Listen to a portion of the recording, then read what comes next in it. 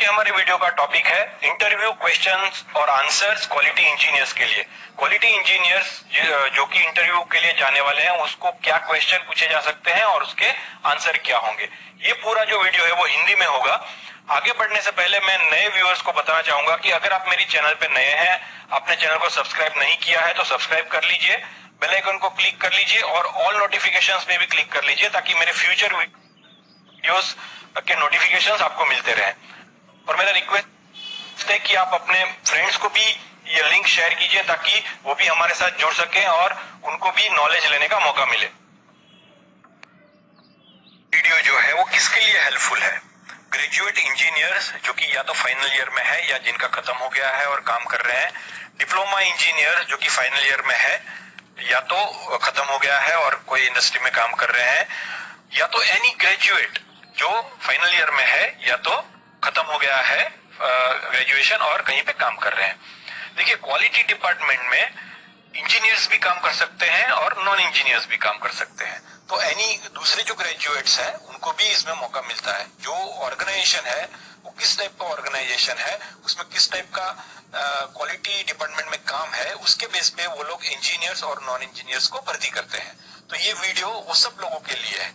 और ये वीडियो अगर आप कैंपस इंटरव्यू देने जा रहे हैं या कैंपस इंटरव्यू अटेंड करने वाले हैं उनके लिए है, फ्रेशर्स के लिए है जो जॉब सर्च कर रहे हैं, एज ए ट्रेनी आप कहीं पे काम कर रहे हैं उनके लिए है, या एज ए ट्रेनी आप कहीं पे काम कर रहे हैं उनके लिए है, या जिनको 1 से 5 साल का एक्सपीरियंस है और उनको और थोड़ा आगे इंटरव्यू के लिए प्रिपेयर करना है उनके लिए है।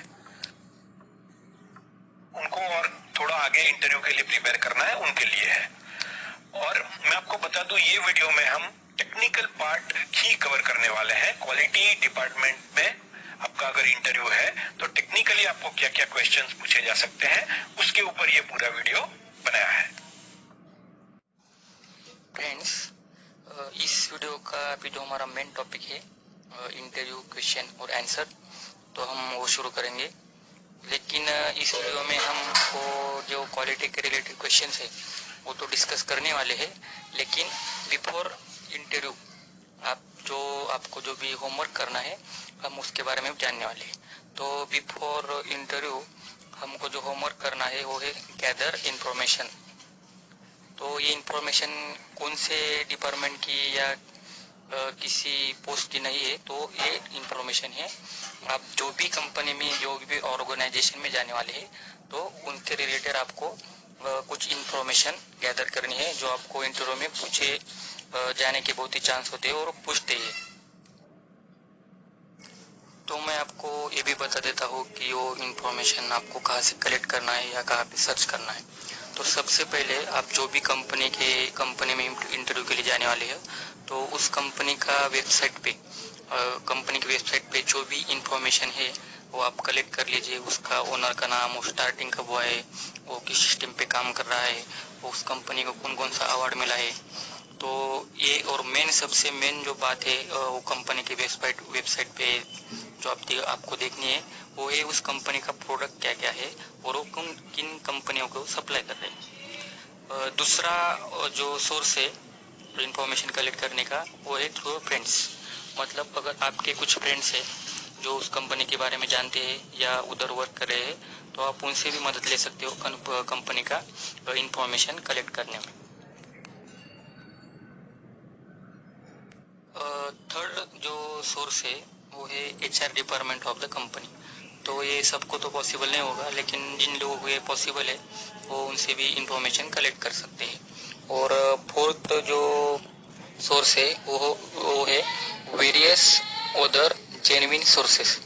मतलब जो भी जेन्युइन सोर्सेस है उधर, वो आपका फ्रेंड सर्कल हो गया, HR डिपार्टमेंट हो गया, इसके अलावा जो भी आपका कुछ जेन्युइन सोर्सेस होगा तो आप यूज़ कर सकते हैं। तो व्हाट इज़ मिनिमम इंफॉर्मेशन जो चाहिए कि आपको मिनिमम से मिनिमम क्या इंफॉर्मेशन कंपनी की इसमें कलेक्ट करनी है, तो ये मैंने अभी जैसे बताया कि प्रोडक्ट मैन्युफैक्चर क्या हो रहा है और मैन्युफैक्चरिंग प्रोसेस परफॉर्म क्या होती है उस कंपनी में। तो ये सबसे इम्पोर्टेंट इंफॉर्मेशन है जो आपको कलेक्ट करनी है इन ऊपर के जो भी सोर्सेज मैंने बताए उस सबको यूज करके।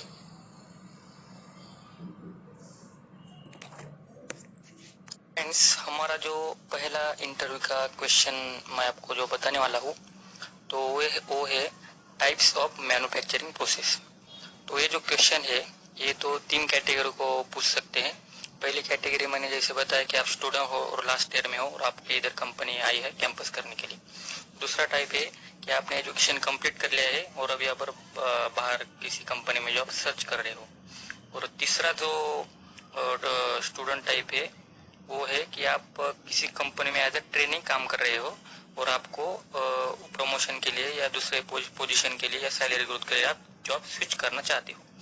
तो ये जो क्वेश्चन है ये पूरा मतलब कंप्लीटेड थ्योरेटिकल रिलेटेड ही है जो भी आपने सिलेबस में पढ़ा होगा। तो इसमें पहला जो हमारा पॉइंट है तो वो पूछ सकते हैं कि व्हाट इज फोर्जिंग। जिनका जो भी इंफॉर्मेशन है वो तो बताना ही है, लेकिन उसमें सबसे पहले आपको बताना है फोर्जिंग का डेफिनेशन। तो उसका आसान डेफिनेशन क्या हो सकता है कि forging means shaping of metal using localise compressive forces. ये आपको डेफिनेशन अगर आसान लैंग्वेज में बताना है तो आप बता सकते हैं।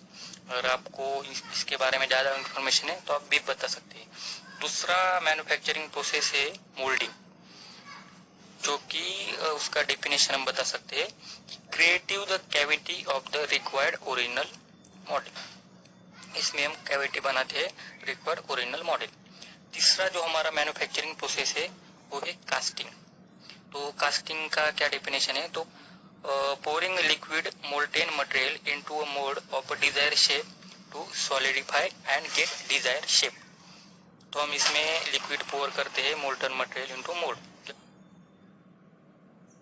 desired shape to solidify and get desired shape।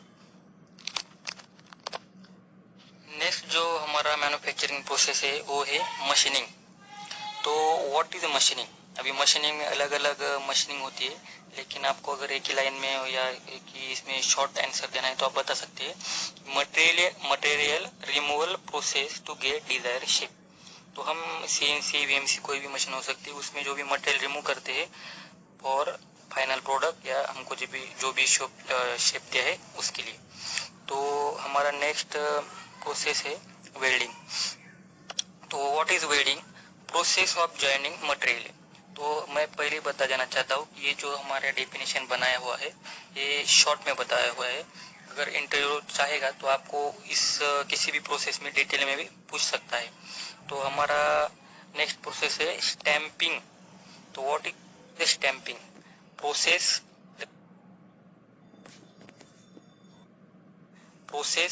The sheet metal to get required shape. Pressing the sheet metal to get required shape.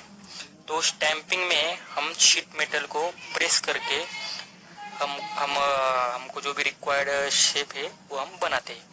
तो लास्ट तो हमारा मैन्युफैक्चरिंग प्रोसेस है वो है ड्राइंग। तो reducing cross section of wire by pulling the wire is called drawing. तो हमने अभी ये जो मैन्युफैक्चरिंग प्रोसेस डिस्कस किए हैं तो बहुत ही शॉर्ट में किए हैं, लेकिन आपको इंटरव्यू को जाने से पहले इसके बारे में डिटेल में जानकारी हासिल करनी चाहिए। और अगर आपके पास टाइम है तो इसका ड्राइंग अगर आप प्रैक्टिस करते हो तो आपके लिए बहुत ही अच्छा हो।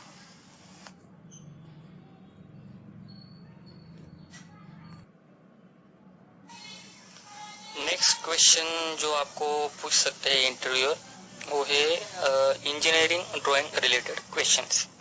तो ये जो क्वेश्चंस है ये बेसिक ड्राइंग आपने जो भी इंजीनियरिंग में पढ़ी है उसके रिलेटेड क्वेश्चन होंगे।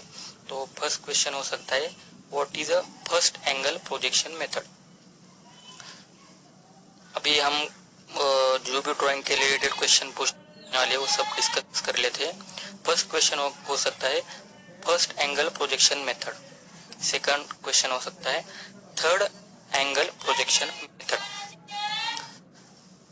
थर्ड क्वेश्चन है व्हाट इज एलिवेशन। फोर्थ है what is a plan in drawing.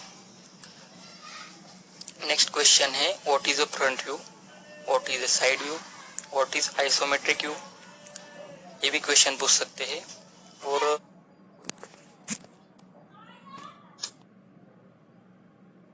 तो नेक्स्ट जो क्वेश्चन है, मुझे लगता है कि जो भी फ्रेशर्स होंगे जिन्होंने अभी तक काम नहीं किया है उनको मालूम नहीं होगा, वो है व्हाट इज बबल ड्राइंग और what is location in drawings. तो अभी मैंने जो भी कुछ ऊपर के जो पॉइंट बताए हैं वो तो बेसिक क्वेश्चन है जो आपने पढ़े होंगे या फिर आप बुक में से भी प्रिपेयर कर सकते हो। लेकिन जो लास्ट पॉइंट है कि what is a bubble drawing और what is location in drawing, तो ये क्वेश्चन हम डिस्कस करने वाले हैं क्योंकि ये मुझे लगता है कि आपको इसके बारे में ज़्यादा मालूम नहीं होगा। तो बबल ड्राइंग क्या होता है? तो बबल ड्राइंग जो होता है उसमें हम जो भी ड्राइंग हमारा बना हुआ है उसमें कुछ बबल्स बनाते हैं हर एक डायमेंशन पे, और उस बबल के अंदर हम सीक्वेंस के हिसाब से कुछ नंबरिंग करते हैं। तो ये नंबरिंग इसके लिए करते हैं हम कि जो भी हमारा फाइनल रिपोर्ट हम बनाने वाले हैं तो उसके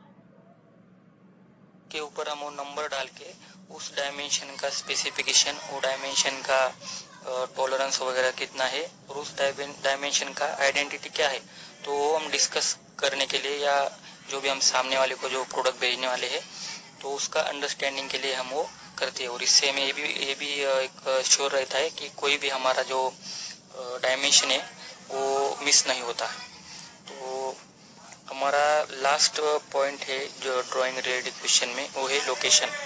तो अगर आपने CNC प्रोग्रामिंग का या कुछ पढ़ा होगा तो आपको मालूम होगा कि हम जो भी ड्राइंग बनाते हैं उसमें एक वर्टिकल और एक हॉरिजॉन्टल जो भी लाइन होती है उसमें हम कुछ नंबरिंग करते हैं, और उस नंबरिंग के हिसाब से जो हम जिस कोऑर्डिनेशन में जो भी ड्राइंग बनाते हैं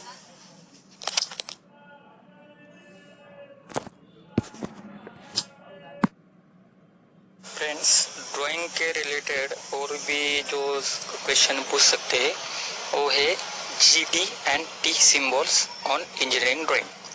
तो आपने ये जो सिंबल्स है वो इंजीनियरिंग में तो यूज़ किए ही होंगे, लेकिन जब भी आप किसी इंडस्ट्री में काम करने के लिए जाते हो और उस प्रोडक्ट का आप अगर ड्राइंग देखेंगे तो ये सिंबल्स के बिना वो ड्राइंग कंप्लीट नहीं होता, और ये सिंबल उसमें होते ही है 100%। तो ये जो सिंबल्स है ये एक ही खुद ही एक लैंग्वेज है, कम्युनिकेट करते हैं ड्राइंग में से। तो इस जो ये जो सिंबल्स है उनमें भी कुछ सब टाइप होते हैं। कुछ जो सिंबल्स है तो फॉर्म डिफाइन करते हैं किसी भी प्रोडक्ट का। सेकंड टाइप है कि प्रोफाइल, थर्ड टाइप है ओरिएंटेशन, फोर्थ टाइप है लोकेशन, और फिफ्थ टाइप जो है वो है रन आउट।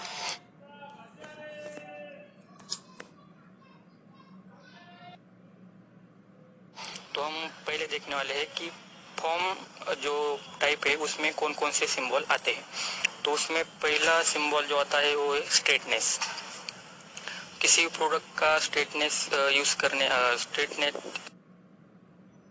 के लिए ये सिंबल का यूज होता है। दूसरा सिंबल है फ्लैटनेस, थर्ड सिंबल है सर्कुलरिटी, फोर्थ सिंबल है सिलेंड्रिसिटी। तो ये जो फोर्थ सिंबल्स है ये फॉर्म सेक्शन में यूज किए जाते हैं, मतलब किसी भी प्रोडक्ट का फॉर्म कौन सा है वो दिखाने के लिए यूज कर सकते हैं। नेक्स्ट जो हमारा टाइप है वो है प्रोफाइल, और प्रोफाइल में कौन से सिंबल होते हैं तो देखते हैं हम।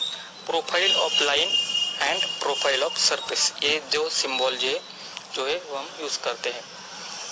नेक्स्ट जो टाइप है वो है ओरिएंटेशन। तो ओरिएंटेशन में हम एंगुलरिटी का सिंबल यूज करते हैं, परपेंडिकुलरिटी का सिंबल यूज करते हैं, और पैरेललिज्म का सिंबल हम यूज करते हैं। नेक्स्ट जो हमारा टाइप था वो था लोकेशन।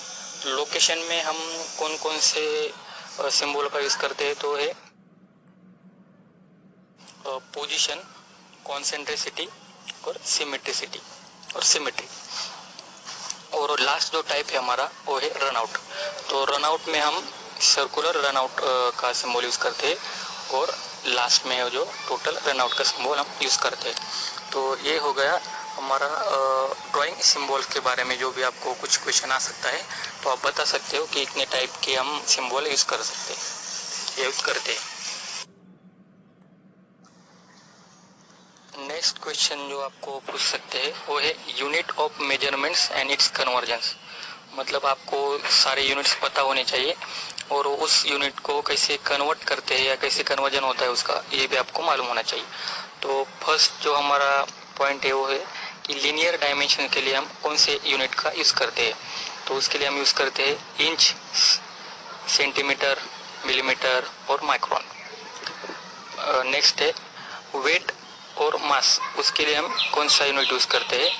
तो उसके लिए हम यूज करते हैं केजी किलोग्राम, जी मतलब ग्राम और एमजे मतलब मिलीग्राम।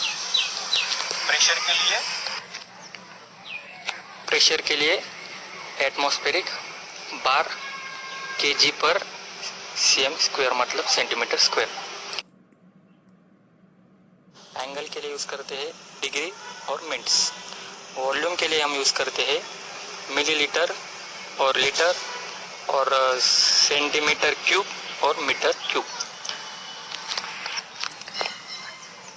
टेम्परेचर के लिए हम यूज करते हैं डिग्री सेल्सियस और केल्विन और डिग्री फ़ारेनहाइट। टाइम के लिए हम यूज करते हैं आवर्स, मिनट्स और सेकंड। साउंड के लिए यूनिट हम यूज करते हैं डेसिबल और लाइट के लिए हम यूज करते हैं LUX मतलब लक्स। ये तो हमने डिस्कस कर लिया अभी सब यूनिट्स के बारे में, लेकिन आपको कुछ बेसिक कन्वर्जन मालूम होने चाहिए। तो फॉर एग्जांपल हम डिस्कस करते हैं कि 1 inch is equals to 2.54 centimetre.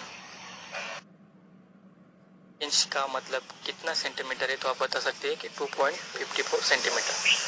1 centimetre मतलब 10 mm, 1 mm मतलब 1000 माइक्रोन और 1 माइक्रोन का मगर कन्वर्जन mm में करेंगे तो होगा 0.001 mm।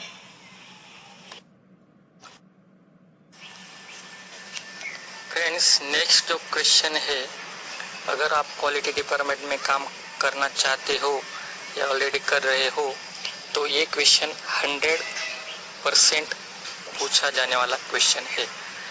जो क्वेश्चन है मेजरिंग इंस्ट्रूमेंट रिलेटेड क्वेश्चंस। पहला क्वेश्चन तो आपको ये पूछा जा सकता है, आपने काम किया होगा या नहीं भी होगा तो भी, name of measuring instrument you know. मतलब आपने कौन कौन से इंस्ट्रूमेंट में काम किया है या आपको कौन से मेजरिंग इंस्ट्रूमेंट के बारे में पता है। नेक्स्ट क्वेश्चन हो सकता है what is list count of instrument. उस इंस्ट्रूमेंट का लिस्ट काउंट क्या है या लिस्ट काउंट का मतलब क्या है, ये भी आपको पूछा जा सकता है। Least count of vernier caliper, micrometer, height gauge etcetera.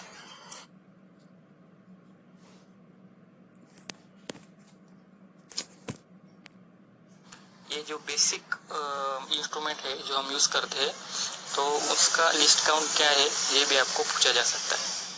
Fourth जो क्वेश्चन है मेजरिंग इंस्ट्रूमेंट के बारे में वो है what is calibration and why it is needed. Calibration क्या होता है और उसकी ज़रूरत क्या होती है, ये भी आपको क्वेश्चन पूछा जा सकता है। तो पहला जो क्वेश्चन है वो आप बेसिक इंस्ट्रूमेंट जो भी है जो आपने यूज़ किए, आपने कभी कंपनी विजिट पे ऑब्जर्वेशन किया होगा तो आपको वो बताने हैं। फॉर एग्जांपल वर्नियर हो गया, माइक्रोमीटर हो गया, हाइट गेज हो गया, डिजिटल हाइट गेज हो गया, डिजिटल माइक्रोमीटर या प्रोफाइल प्रोजेक्टर, जो भी आपने देखा है यूज़ किया है आपको उसके बारे में मालूम है वो आप बता सकते हैं।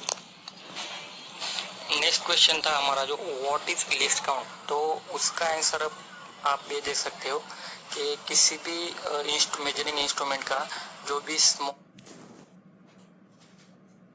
वैल्यू जो इंस्ट्रूमेंट मेजर कर सकता है, जो वैल्यू है उसको हम लिस्ट काउंट बोलते हैं। नेक्स्ट क्वेश्चन था least count of vernier caliper, micrometer और हाइट गेज। तो हमारा जो भी नॉर्मल वर्नियर कैलिपर है उसका लिस्ट काउंट होता है 0.02 mm। डिजिटल वर्नियर का होता है 0.01 mm और नॉर्मल माइक्रोमीटर का होता है 0.01 mm और डिजिटल का भी सेम ही रहता है। नेक्स्ट है हाइट गेज का लिस्ट काउंट क्या है। तो हमारा नॉर्मल हाइट गेज जो होता है उसका होता है 0.02 और डिजिटल हाइट गेज का होता है 0.001 mm। लास्ट जो क्वेश्चन था वो था कि what is a calibration and why it is needed. तो कैलिब्रेशन के बारे में हम ये बोल सकते हैं कि कैलिब्रेशन किसी भी इंस्ट्रूमेंट का हम जो भी मेजरमेंट है उसको कंपेयर करते हैं किसी भी एक स्टैंडर्ड रेफरेंस और हम उसको बोल सकते हैं मास्टर के साथ कि हमारा जो भी इंस्ट्रूमेंट है वो वियर हो गया है, अगर उसमें कुछ माइक्रोन का अगर एरर है तो हमारे प्रोडक्ट का रिजेक्शन बढ़ा सकता है। तो हमारी एक फ्रीक्वेंसी दी होती है हर एक इंस्ट्रूमेंट के हिसाब से कि इसका कब कितने महीने में या कितने साल में उसका कैलिब्रेशन करना है। तो ये स्टैंडर्ड कैलिब्रेशन लैब्स होती है, तो उनके पास से हम कैलिब्रेशन करते हैं। किसी भी इंडस्ट्री में होगा या अपने कॉलेज में भी देखा होगा कि हम कैलिब्रेशन करते हैं किसी भी स्टैंडर्ड कैलिब्रेशन लैब से। मतलब what do you know about quality और what is quality। तो इसके आप अगर इंजीनियर बुक में पढ़ा होगा तो इसके अलग अलग डेफिनेशन है, लेकिन अगर आप शॉर्ट में बताना चाहते हो तो बता सकते हैं कि फिट फॉर पर्पस और यूज, या और डेफिनेशन बता सकते हैं a degree of excellence. Next question है what is inspection and why it is needed. Inspection की जरूरत क्या है या इंस्पेक्शन क्या है ये भी आपको पूछ सकते हैं। तो आप बता सकते हैं कि checking with respect to requirements और specific standard to confirm. Checking requirements है वो स्पेसिफिक स्टैंडर्ड हम मेंटेन करते हैं और जो हमने स्टैंडर्ड मेथड जो लगाई है या जो भी ऑपरेटर या वर्कर चेक कर रहे हैं तो कंफर्म करने के लिए हम इंस्पेक्शन।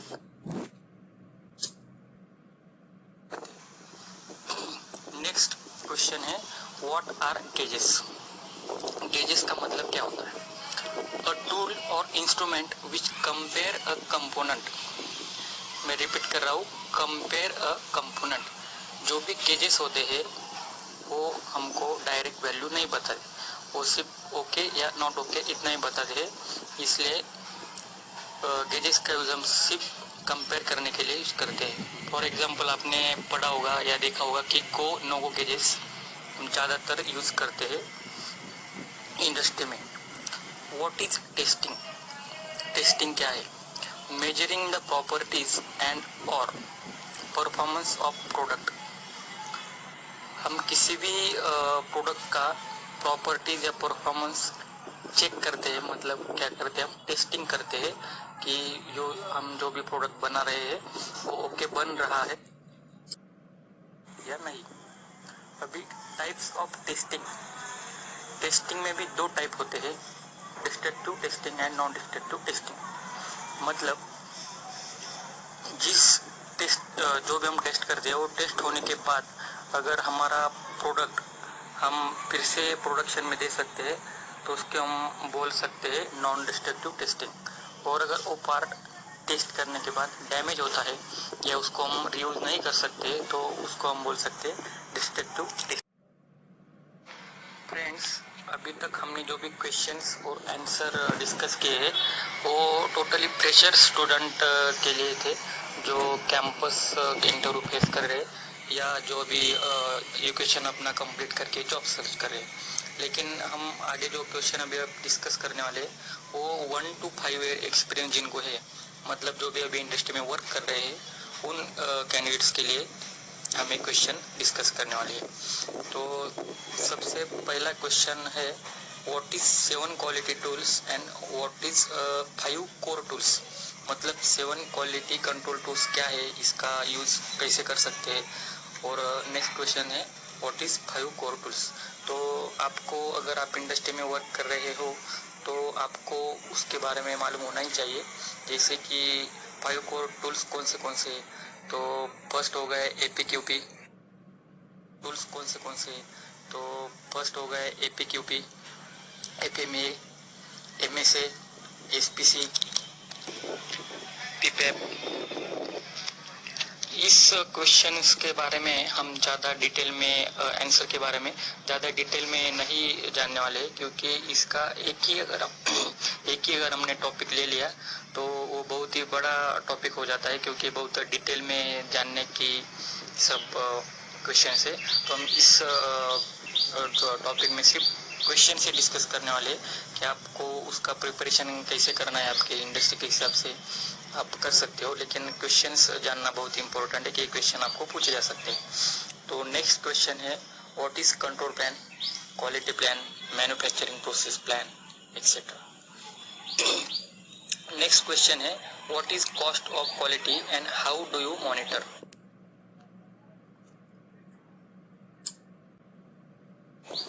कॉस्ट ऑफ क्वालिटी क्या होती है और आप अपने इंडस्ट्री में, आप अपनी जो भी पोजीशन पे है तो उसको कैसे मॉनिटर करते हैं। नेक्स्ट है what is an audit and types of audit. तो इसके ऊपर तो मैं स्पेशल वीडियो बनाने वाला हूँ, लेकिन आप अगर इंटरव्यू पे जाते हो तो आपको ये प्रिपरेशन करके जरूर जाना चाहिए कि आपकी कंपनी में कौन से तरह के ऑडिट होते हैं और कितने फ्रीक्वेंसी के बाद होते हैं। नेक्स्ट क्वेश्चन हो सकता है what are types of waste. तो वेस्ट के भी 8 टाइप्स होते हैं, तो आपको भी प्रिपरेशन करके जाना है। नेक्स्ट क्वेश्चन है how do you handle customer complaint. Present practice मतलब आपने अगर कस्टमर कंप्लेंट हैंडल की है तो आप उसके बारे में बता सकते हो कि आप कैसे कस्टमर कंप्लेंट हैंडल करते हो और कस्टमर कंप्लेंट आने के बाद आप तुरंत क्या एक्शन लेते हो। अगर आपने कस्टमर कंप्लेंट हैंडल नहीं भी की होगी तो भी आपके कंपनी में जो भी पर्सन कस्टमर कंप्लेंट हैंडल करता है तो आपको उसके तरफ से कुछ जानकारी ले लेनी चाहिए कि कैसे हम कस्टमर कंप्लेंट हैंडल करते हैं, क्योंकि जैसे हमारा प्रोडक्ट बदलता है या प्रोडक्ट चेंज होता है तो कंपनी के हिसाब से कस्टमर कंप्लेंट हैंडल करने का जो डॉक्यूमेंट्स होता है वो भी चेंज होता है। नेक्स्ट क्वेश्चन है what is CAPA, what is कापा।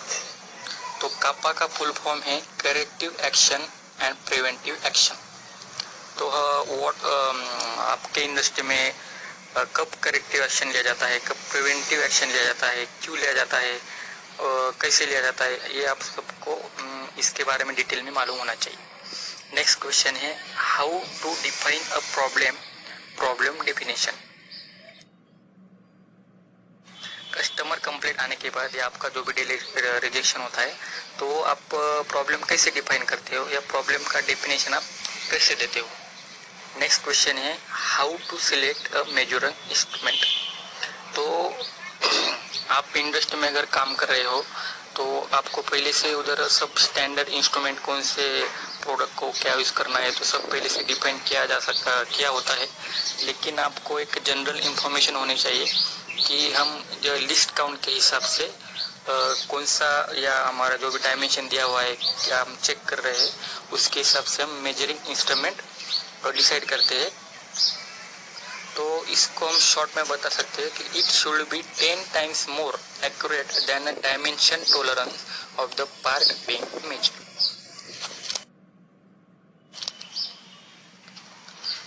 मैं फिर से एक बात क्लियर करना चाहता हूँ रिलेटेड दिस टॉपिक कि हमने जो भी अभी ऊपर के टॉपिक डिस्कस किए हैं तो ये बहुत ही वास्ट और बहुत ही डिटेल में स्टडी करने के लिए टॉपिक है। तो हम इसके ऊपर आगे वीडियो बनाने वाले हैं, उसका फॉर्मेट कैसे होता है, वो कैसे फिलअप करते हैं, कब यूज़ करते हैं, कैसे यूज़ करते हैं, कितने दिनों के बाद कौन सा डॉक्यूमेंट हमको सबमिट करना पड़ता है, तो इसके ऊपर हम डिटेल में वीडियो बनाने वाले हैं। नेक्स्ट क्वेश्चन जो आपको पूछ सकते हो डिफरेंस बिटवीन। आपको जो भी क्वेश्चन है वो डिफरेंस बिटवीन के इसमें से कौन से भी पूछ सकते हैं। तो फर्स्ट क्वेश्चन हो सकता है what is difference between quality assurance and quality control. Next question आपको पूछ सकते हैं वेरिफिकेशन और वैलिडेशन में क्या डिफरेंस होता है। नेक्स्ट क्वेश्चन पूछ सकते हैं डिफेक्ट्स और डिफेक्टिव्स में क्या डिफरेंस होता है। नेक्स्ट क्वेश्चन है attribute data versus variable data. Next question है CP versus CPK. Next question corrective action versus preventive action. तो और लास्ट क्वेश्चन है परसेंटेज वर्सेस पीपीएम मतलब पार्ट पर मिलियन। तो ऊपर के जो भी हमने अभी टॉपिक डिस्कस किए हैं वो डिटेल में जानने के लिए आपको आपके इंडस्ट्री में जो भी आप काम कर रहे हैं उनको तो मालूम ही होगा, लेकिन आपको अगर डिटेल में जानना है तो मैं जल्दी इसके ऊपर वीडियो बनाने वाला हूँ। तो हम ये टॉपिक, क्योंकि ये टॉपिक जो है वो बहुत ही डिटेल में जानने के लिए है, तो इसकी वजह से हम ये टॉपिक बाद में डिस्कस करने वाले स्पेशल वीडियो बनाकर। लेकिन आप अगर इंटरव्यू को जा रहे हो तो आप इसके आंसर के बारे में ज़रूर स्टडी करके जाइए। हम लेकिन इसमें लास्ट जो टॉपिक है परसेंटेज वर्सेस पीपीएम वो हम डिस्कस करने वाले हैं। तो परसेंटेज जो है तो हम वो पर 100 क्वांटिटी में विथ रिस्पेक्ट टू 100 क्वांटिटी हम कैलकुलेट करते हैं, और जो पीपीएम है वो with respect to 1 million quantity में हम कैलकुलेट करते हैं, मतलब 10 लाख क्वांटिटी में हम वो कैलकुलेट करते हैं।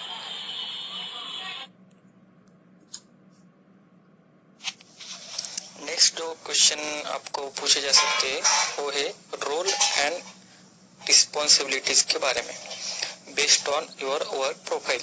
आप जो भी डिपार्टमेंट में काम कर रहे हो तो इसके हिसाब से आपको क्वेश्चन पूछे जा सकते हैं।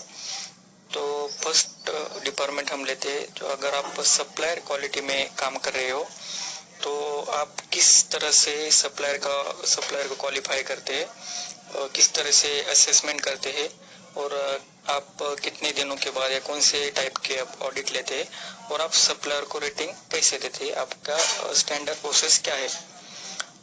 नेक्स्ट टॉपिक है इनकमिंग क्वालिटी। अगर आप इनकमिंग क्वालिटी में काम कर रहे हो तो आपको पूछा जा सकता है कि सैंपलिंग इंस्पेक्शन कैसे करते हो, और सैंपलिंग इंस्पेक्शन का प्लान आप कैसे बनाते हो।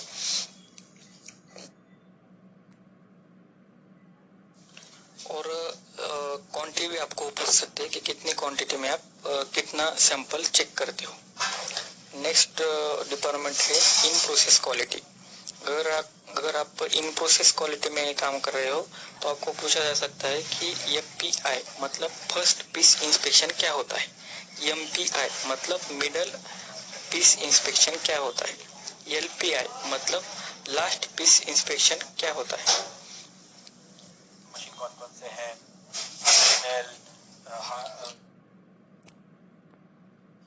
सैंपलिंग इंस्पेक्शन आप कैसे करते हो।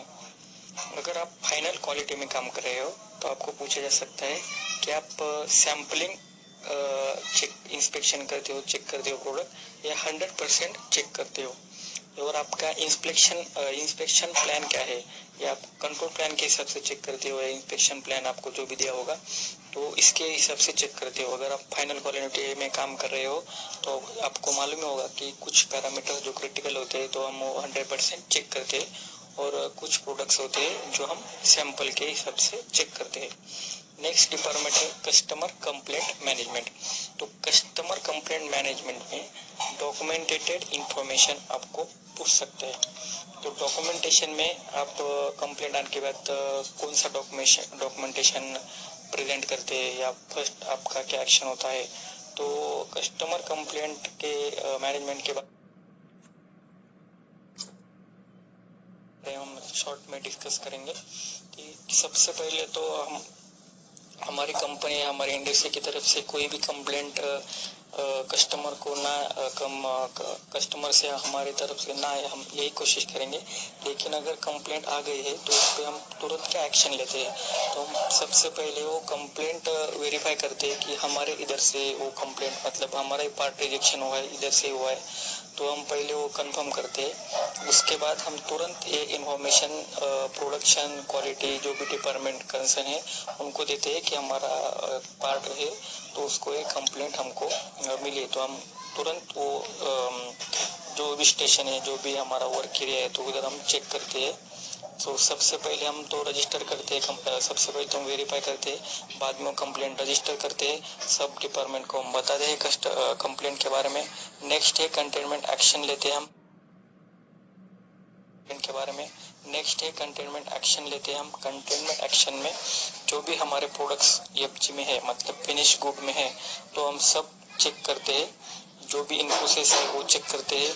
अगर हमारा कुछ डिस्पैच हो गया है उस दिन, तो हम उधर कस्टमर के इधर जाके वो भी पार्ट चेक करते हैं। हम नेक्स्ट स्टेप लेते हैं कि ये जो कंप्लेंट मिला है उसके ऊपर रूट कॉजेस क्या है, क्यों हुआ है, कैसे हुआ है, इसके बारे में हम सब डिटेल में स्टडी करते हैं विद सीनियर्स। जो भी हमारे डिपार्टमेंट के सीनियर्स होंगे उनके साथ डिस्कस करते हैं। बाद में हम उसके ऊपर करेक्टिव एक्शन लेते हैं। मतलब अभी हमें प्रॉब्लम तो मिल गया है कि क्यों हो रहा था, लेकिन इसके ऊपर करेक्टिव एक्शन लेना भी जरूरी है कि ये आगे नहीं होना चाहिए। उसके बाद में हम चेक करते हैं इफेक्टिवनेस ऑफ करेक्टिव एक्शन। मतलब जो भी हमने करेक्टिव एक्शन लिया है तो उसका इफेक्टिवनेस कितना है हमें चेक करते हैं। नेक्स्ट स्टेप है हमारा जो भी होता है कि हम कस्टमर को ये विश्वास दिलाते हैं कि हमने सब जो प्रॉब्लम था उसके ऊपर करेक्टिव एक्शन ले लिया है, उसका रूट कॉजेज जो भी वो हमने फाइंड कर लिया है। तो अब नेक्स्ट आगे से हमारे इस प्रोडक्ट के बारे में इस तरह की कोई भी कंप्लेंट नहीं आएगी। और नेक्स्ट हम क्वालिटी हेड और जो भी हमारे सीनियर्स है तो उनके साइन अप करके हम वो कंप्लेंट क्लोज करते हैं।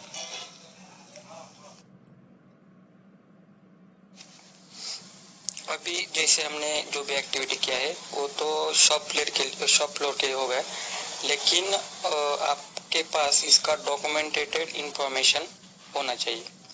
नेक्स्ट टॉपिक है हमारा मैकेनिकल एंड मेटलर्जिकल टेस्टिंग। तो मैकेनिकल और मेटलर्जिकल टेस्टिंग में आप किस तरह की टेस्टिंग करते हो, किस तरह की टेस्टिंग आपके इधर किया जाता है।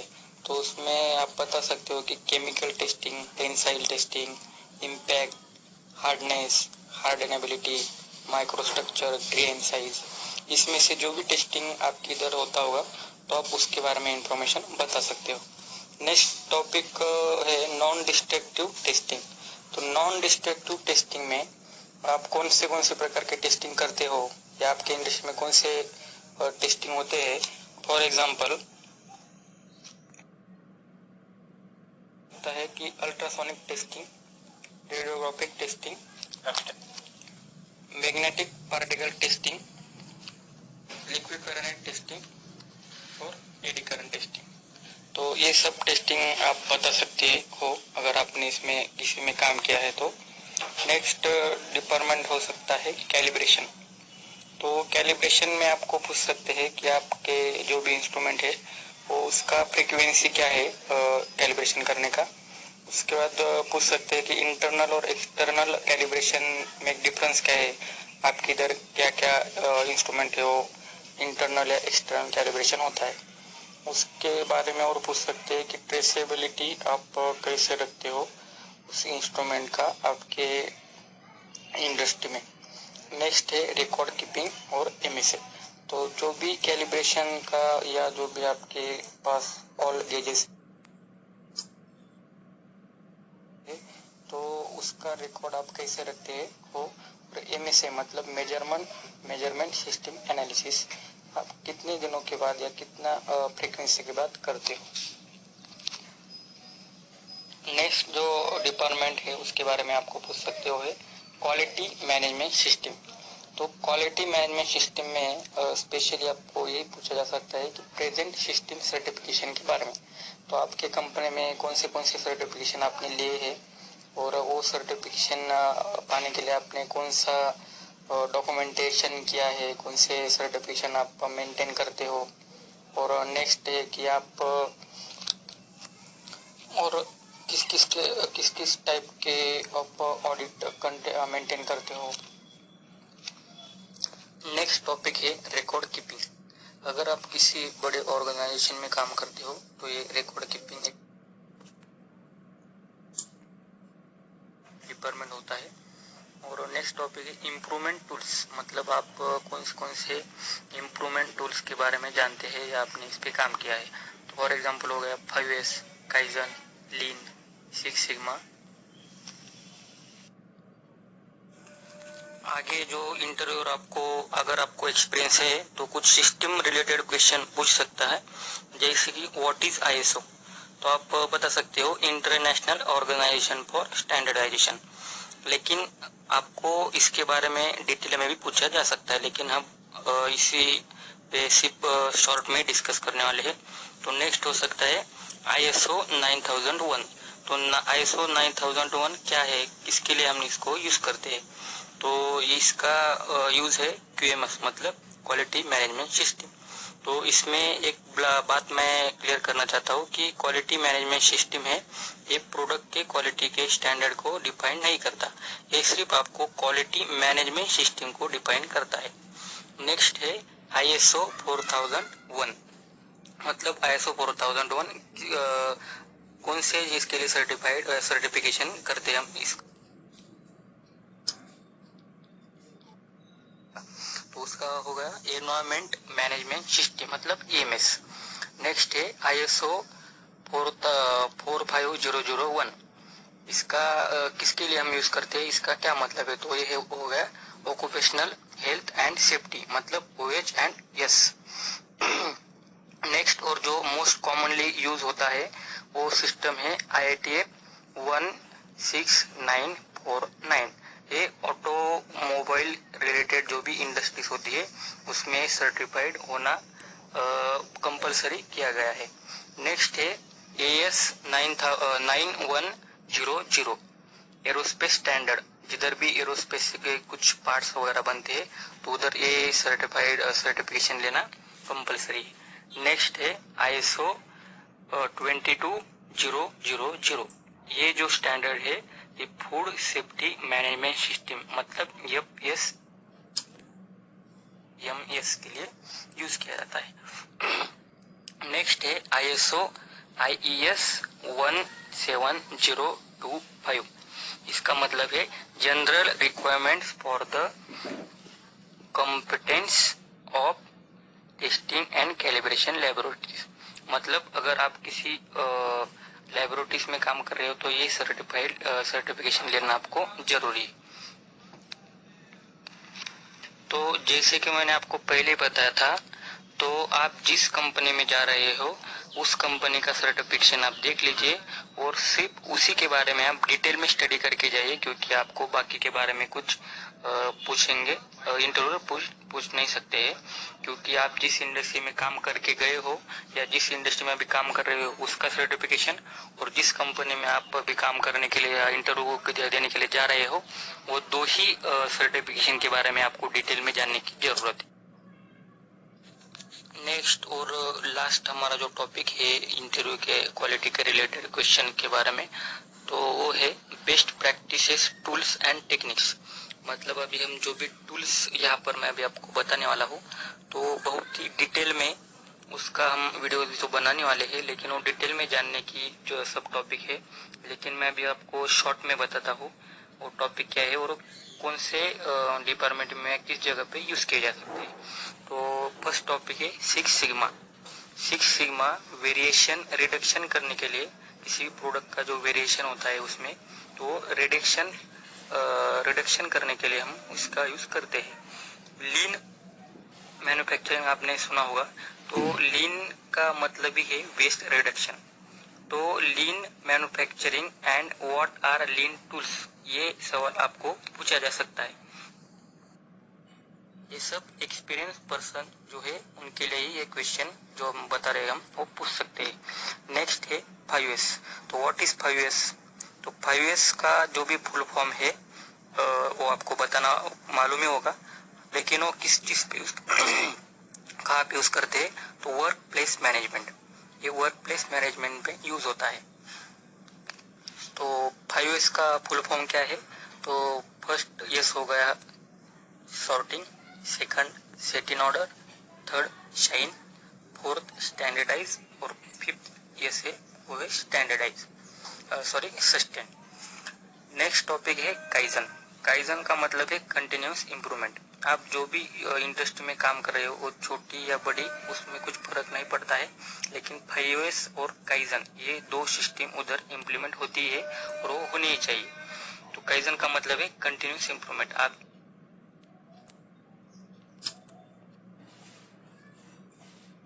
जो भी स्टेशन पे जो भी वर्क प्लेस पे काम कर रहे हो, तो ये सिस्टम में हो सकता है या शॉप पे हो सकता है, किधर भी हम कंटिन्यूस इम्प्रूवमेंट कर सकते हैं और करने ही चाहिए, क्योंकि इससे हमारा रिजेक्शन भी कम होगा, जो मैन्युफैक्चरिंग प्रोसेस है वो भी इजी होगी और हमारा प्रोडक्शन भी बढ़ेगा।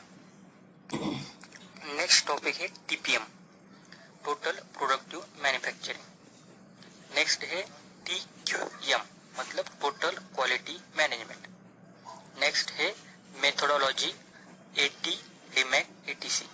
तो मेथोडोलॉजी में 80 का, जैसे मैंने अभी पीछे थोड़ी देर पहले बताया था कि कस्टमर कंप्लेंट आने के बाद हमको हमारे कंपनी के स्टैंडर्ड के हिसाब से या जो भी कस्टमर है उनके हिसाब से हमको रिपोर्ट डॉक्यूमेंटेशन करना पड़ता है। तो 80 और कापा, ये दोनों कॉमन और मोस्ट यूज होने वाले डॉक्यूमेंट्स है। नेक्स्ट है पोकायोके।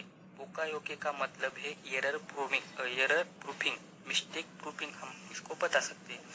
तो अगर आपके कंपनी में कुछ क्रिटिकल पार्ट है या क्रिटिकल डायमेंशन है, तो अगर नहीं हुआ तो पूरा जो कंपनी का या जिधर भी वो कंपोनेंट आप असेंबल करने वाले हो, पूरा असेंबली ही आपका डैमेज हो सकता है, या आपका पूरा व्हीकल ही उसकी वजह से अगर डैमेज हो सकता है। तो उसको हम क्रिटिकल डायमेंशन में रखते हैं और उधर हम मिस्टेक प्रूफिंग या पोकायोके सिस्टम लगाते हैं।